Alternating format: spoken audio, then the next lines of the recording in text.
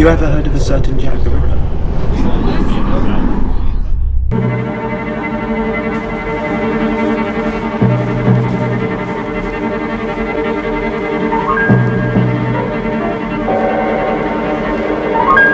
135 years ago, these humble-rooted streets which we find ourselves amongst now would be tied down to a much darker fame.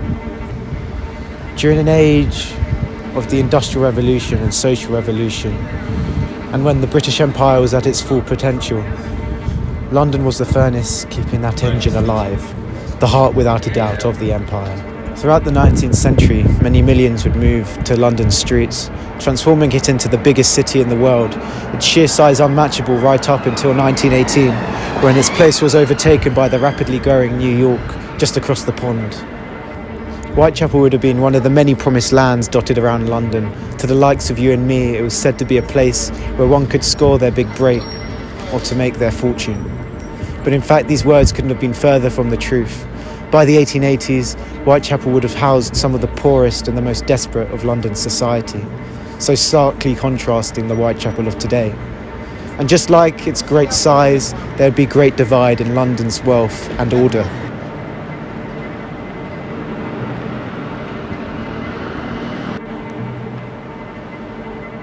The depravity which lined these streets meant that it wasn't uncommon to see petty crime take place, something that the first Ripper victim, Mary Ann Nichols, would have been far too familiar with, living in Whitechapel.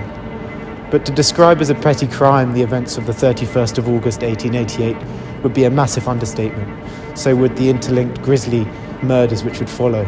Being a woman of the night, Mary Ann Nichols made herself the easiest of targets for the most malice of crimes, which she would tragically pay for in the end.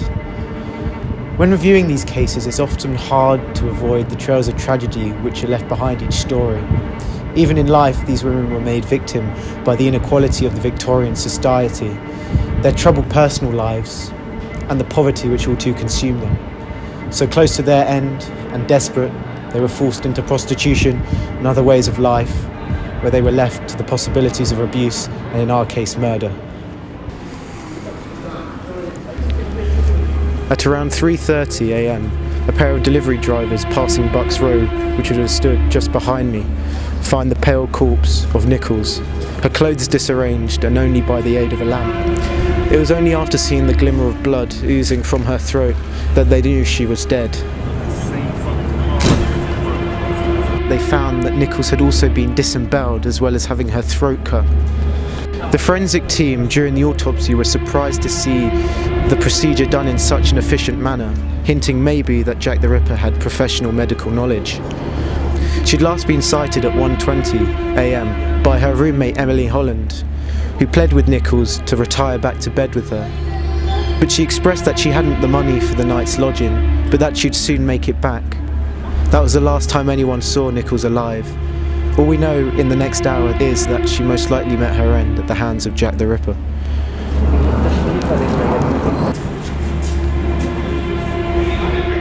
At around 6 a.m. on the 8th of September, in the backyard of 29 Hanbury Street, a local resident stumbles across the lifeless body of Anne Chapman, hunched over the cobble steps to a 4-storey building which would have stood right here, where I find myself now.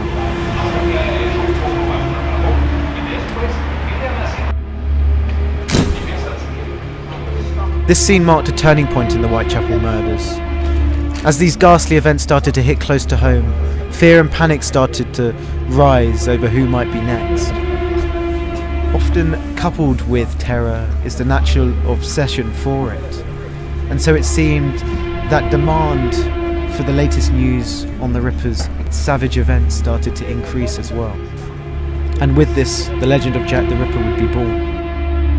It seemed too that the brutality worked upon the victim's body had also increased from the last.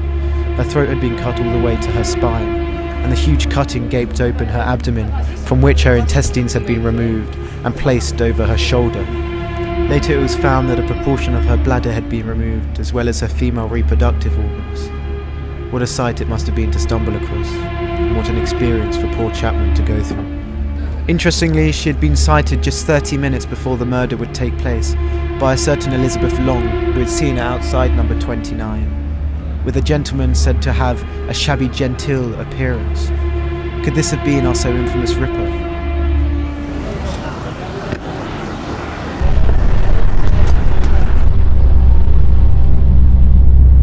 Three weeks after Annie Chapman's death, on the 30th of September at 1 a.m, the steward of the International Working's Men Club on Bernard Street, which would have stood right here, drives his horse and cart down the poorly lit Duckfields yard. When his horse seemed troubled passing through the yard, he leaned over to see what he described as a dark object looming from the shadows, blocking his way.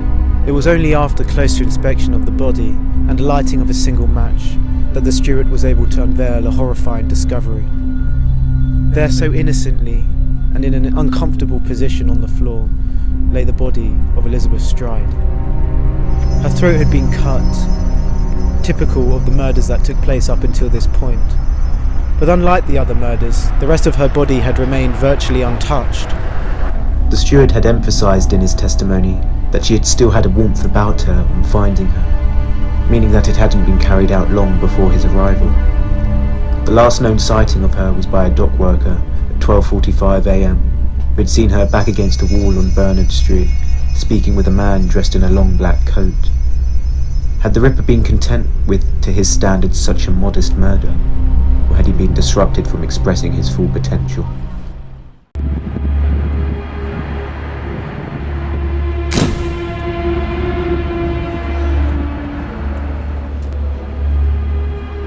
That same night, at 1:35 a.m, three men exiting a club on Duke Street find Catherine Eddowes standing in Church Passage where I find myself now, and which would lead to Meter Street, where she would be found just 15 minutes later, dead. Jack the Ripper was now on the run from Elizabeth Stride's body and was eager for another murder. He would find an ideal victim in Catherine Eddowes, and he was sure to do the job properly.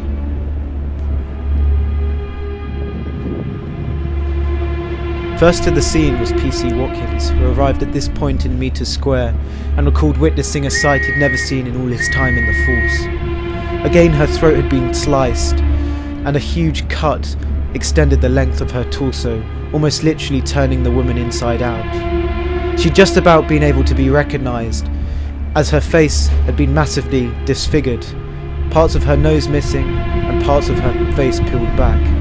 The last witnesses to see her alive had noted that she wasn't alone, being accompanied by a man said to have had fair facial hair and a neat appearance, a description that would remain constant throughout each of our cases. What was so puzzling about this murder in particular was the speed in which it was carried out.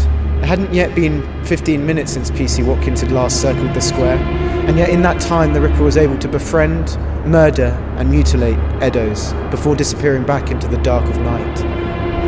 It was only after this double event of theatrical violence, and a letter said to be written in the Ripper's hand and sent to a local police station to tease them, which would cement the Ripper's legacy for the years to come.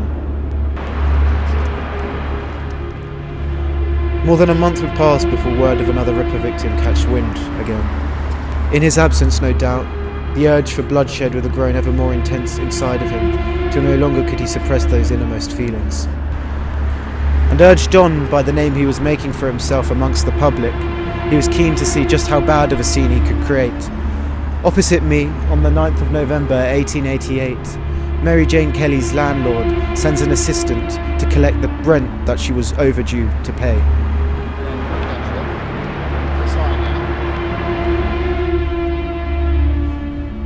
When no one answered the door, the assistant went over to the window and on peeking in, viewed such horrifying scenes. Just around here, police would have finally broken into the apartment, and on entering would have found Kelly's body absolutely shredded to pieces. Her insides had been totally emptied from a cut that opened up her abdomen, and her arm had been partially removed, as well as her breasts and facial features removed completely.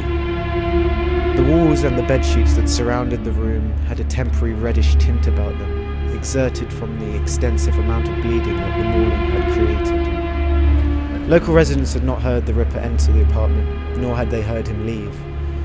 This would be Jack the Ripper's final message to the world, and in gaining the attention of the public he successfully had done. Whether he had planned this to be his final act or not, it was certainly his most evil. And so one last time he would disappear into the mist that surrounded his name, never to return. When reviewing these murders, it's often easy to get caught up in the mysterious character that Jack the Ripper is. But there must also come a time when that piece of the story should become forgotten, or at least unnecessary. But the truth is, we'll never know who he was. The only martyrs of this story are the victims, whose lives were tragically taken from them before their time. To continue to hold Jack the Ripper's name amongst urban legend is nothing more than a failure to serve his victims justice. To give life to a deprived man long after death, who was able to commit such atrocities, is to let a man who sought to stir and gain the attention of the public have the final win. I for one shall not. This is not justice. The only way to respect those who have died in this story is to honour their lives, the hardships which were forced upon them, even after such tragic events.